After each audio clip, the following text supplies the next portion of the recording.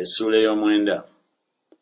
Awo bakabaka bonna abali emitala wa Yoludaani mu nsi ey'ensozi ne mu nsenyi ne ku ttale lyonna ery'ennyanja ennene Lebanoni gye lusimba, Abakiiti n'Abamooli n'Abakanani n'Abaperizi n'Abakiivi n'Abayebusi bwe baakiwulira ne balyoka bakuŋŋaanira wamu okulwanyisa Yoswa n'Abayisirayiri n'omwoyo gumu.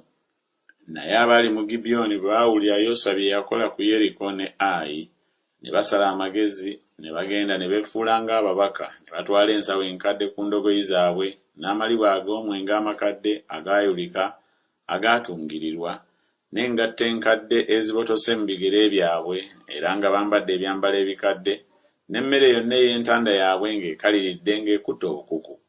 Ne bajja eri Yoswa mu lusiisira Girugaali ne bamugamba ye n'abantu ba Isirayiri nti tuvudde mu nsi wala, kale kaakano mulagaano naffe.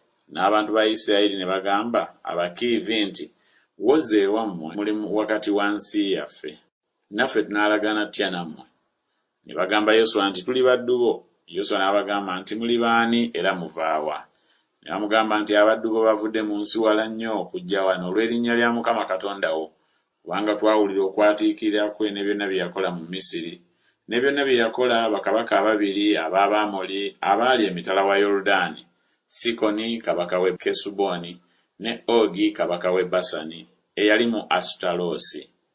N'abakadde baffe ne bonna abaali mu nsi yaffe ne batugamba nti mutwalire olugendo olwo entanda mu mikono gyammwe, mugende mubasisinkane mubagambe nti tuli baddu bammwe, kale kaakano mulagaane naffe. Emmere yaffe eno twagisibirira entanda yaffe mu nnyumba zaffe ng'ekyabuguma ku lunaku lwe twavaayo okujja gye muli. Naye kaakano laba ekaliridde era ekutte n'obukuku. N'amaliba gano ag'omwenge ge twajjuza gaali maggya era laba gayuliseyulise, n'ebyambalo byaffe bino engatto zaffe bikaddiye olw'olugendo olunene ennyo. Abantu ne batwala ku ntanda zaabwe ne batabuuza bigambo eri akamwa ka Mukama.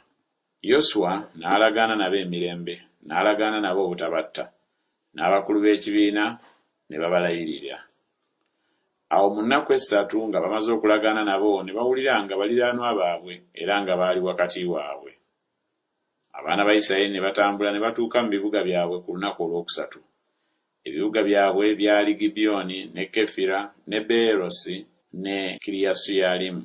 N'abaana ba Isirayiri ne batabakuba kubanga abakulu b'ekibiina baabalayirira Mukama Katonda wa Isirayiri, n'ekibiina kyonna ne kyemulugunyiza abakulu.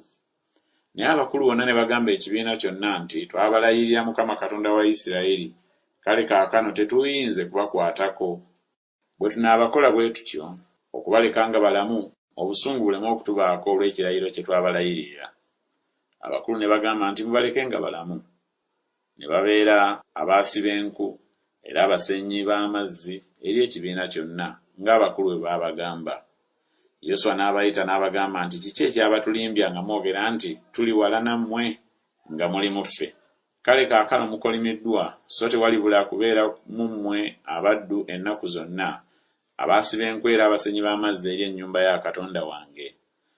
Ne bamuddamu Yoswa ne boogera nti kubanga abaddu bo baategeezebwa ddala nga Mukama Katonda we yalagira Musa omuweereza we okubawa ensi yonna n'okuzikiriza bonna abali mu nsi mu maaso gammwe, kyetwava tutya ennyo olw'obulamu bwaffe ku lwammwe ne tukola bwe tutyo. Ne kaakano laba tuli mu mukono gwo. Bw'olowooza nga kirungi era kituukirivu okutukola, kola bw'otyo. Era bw'atyo bwe yakola n'abawonya mu mukono gw'abaana ba Isirayiri okubatta. Ku lunaku luli Yoswa n'abafuula abaasiba enku era abasenyi b'amazzi eri ekibiina n'eri ekyoto kya Mukama, ne kaakano mu kifo ky'anaalagiranga.